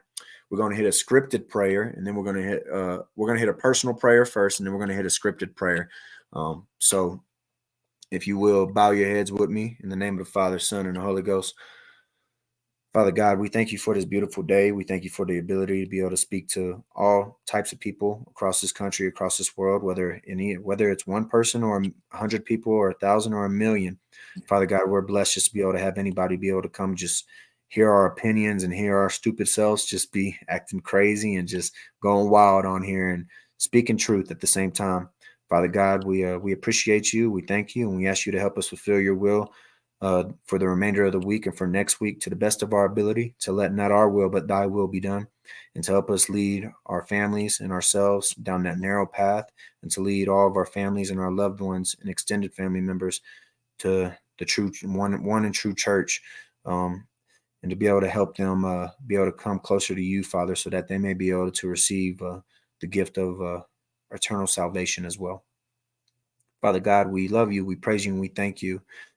In Jesus' name I pray. Hail Mary, full of grace, the Lord is with thee. Blessed art thou among women, and blessed is the fruit of thy womb, Jesus. Holy Mary, Mother of God, pray for us sinners now and at the hour of our death. Amen. In the name of the Father, Son, and the Holy Ghost. Amen. Father God, everybody, we love y'all. We appreciate y'all. We thank y'all, man. I ain't really got much else to say. I think it was a great show. Hey, tune in next Thursday, same time, 7:30 Central Standard Time. Come join us. Hey, we love y'all. We appreciate y'all. We thank y'all. Most importantly, man, y'all come back and see us, because I'll tell you what, it's just the beginning, baby. CJ, we out this thing. Everybody, we'll see y'all next week. Dude, God bless you. I'll let you. This is Addressing the Game podcast. Peace.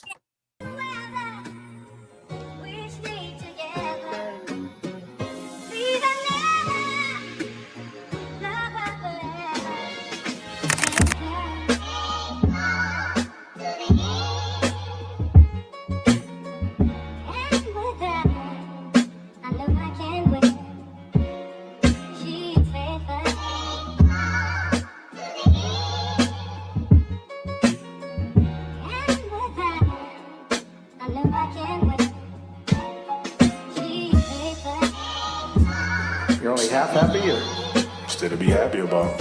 You're up too old. Job's not finished. Job finished? I don't think so.